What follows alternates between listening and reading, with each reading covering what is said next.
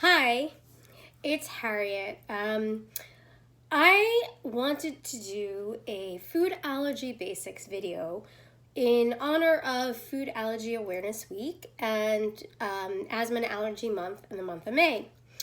Normally I do live videos in my Facebook group, Positive Parenting with Food Allergies. But I really would like to target an audience that really doesn't know so much about food allergies.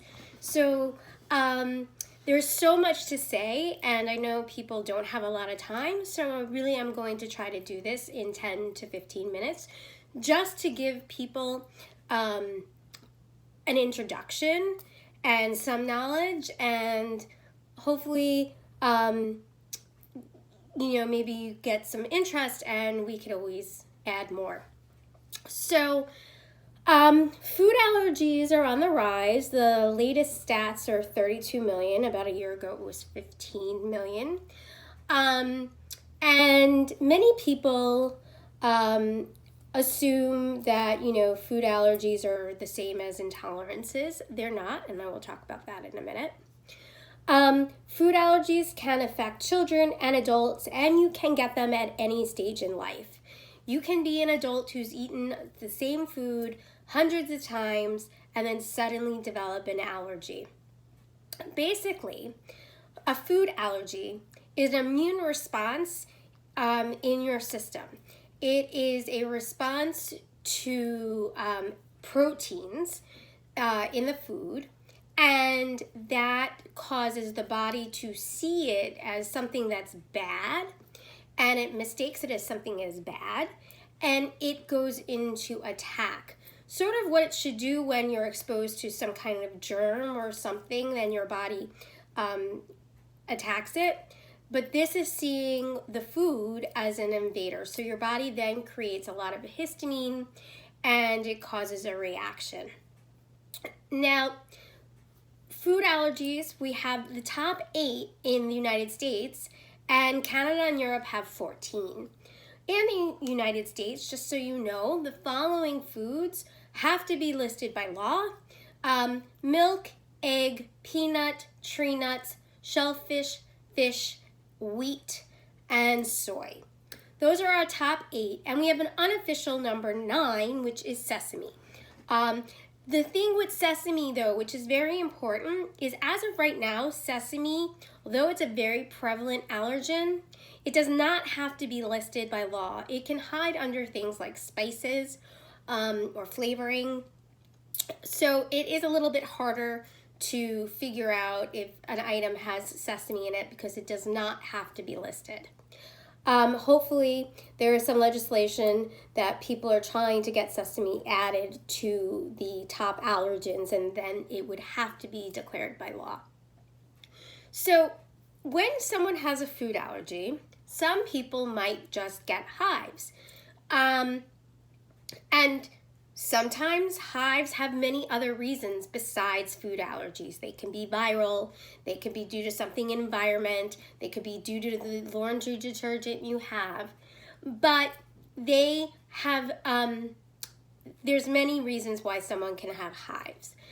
Someone asked me today, actually, how do you diagnose food allergies?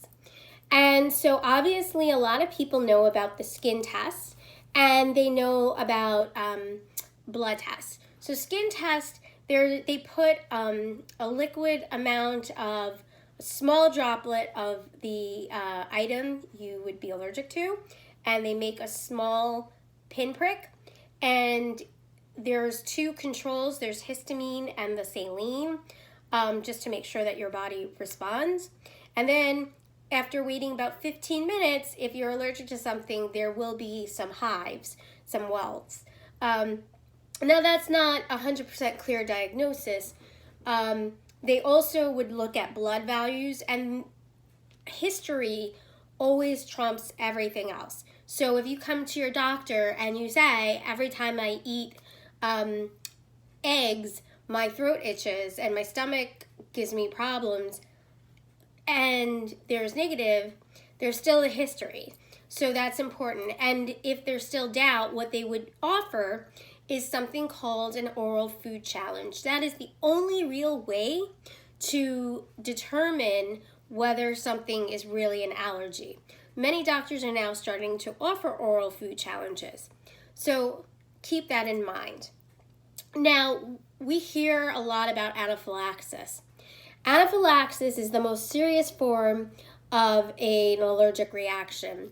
That is when there's two systems involved, be it respiratory and gastro, or skin and gastro.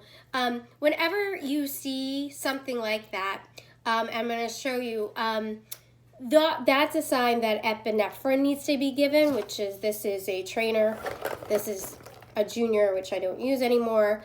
But epinephrine is the only drug that will work to reverse anaphylaxis. This is an action plan. I actually like this one. There is a newer one. But it goes through what symptoms to look for. If you're with someone who has allergies, ask them for their action plan, get familiar with their action plan. So like, for example, mild symptoms like an itchy mouth or a few hives around the mouth or face, mild itch or gut, mild nausea, discomfort, that would go under the give the antihistamine. Now, some people don't have antihistamine anymore on their action plan. So that, again, is a personal thing. If you're with someone who needs to have an EpiPen and they need to use it, just know that after you use an EpiPen, you must call 911 and go to the ER, because you may need a second one and you may need additional medications that can only be available in the ER.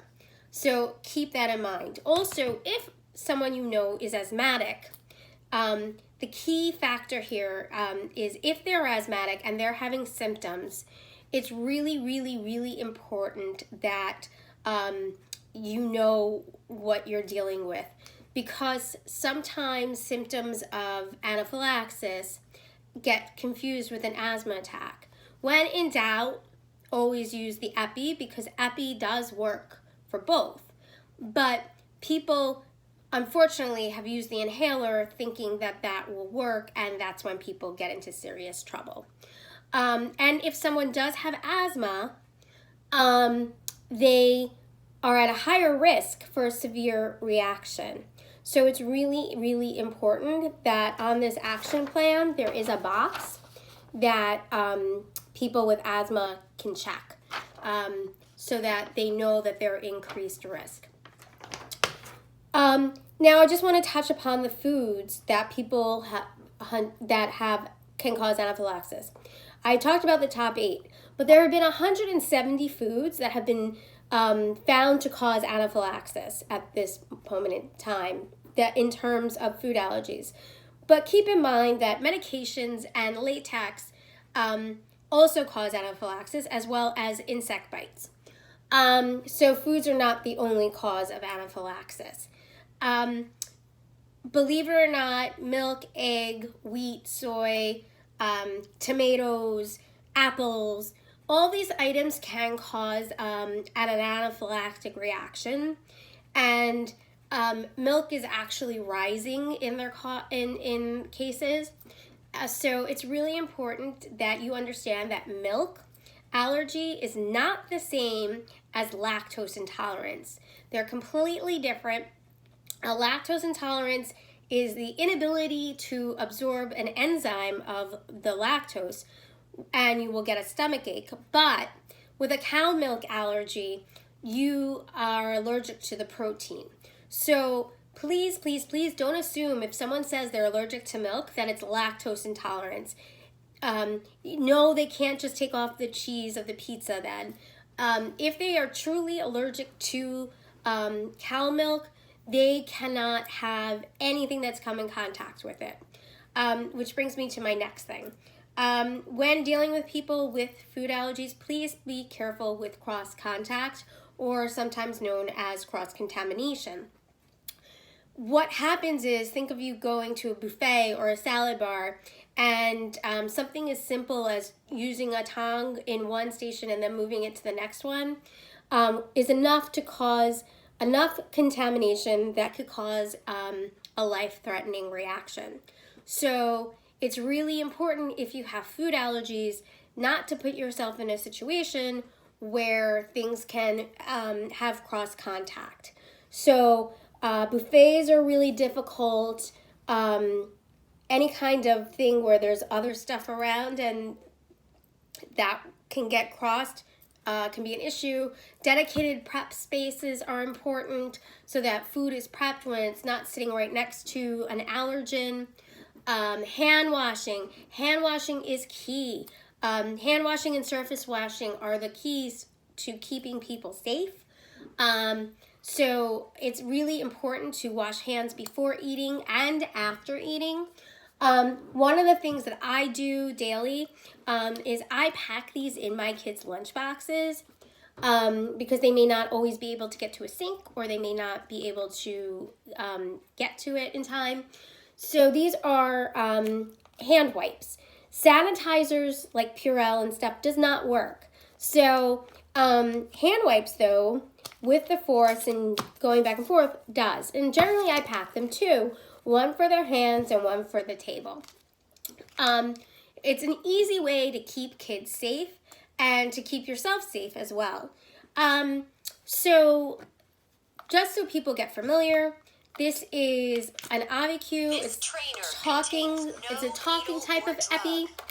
And this is your standard epi itself, EpiPen.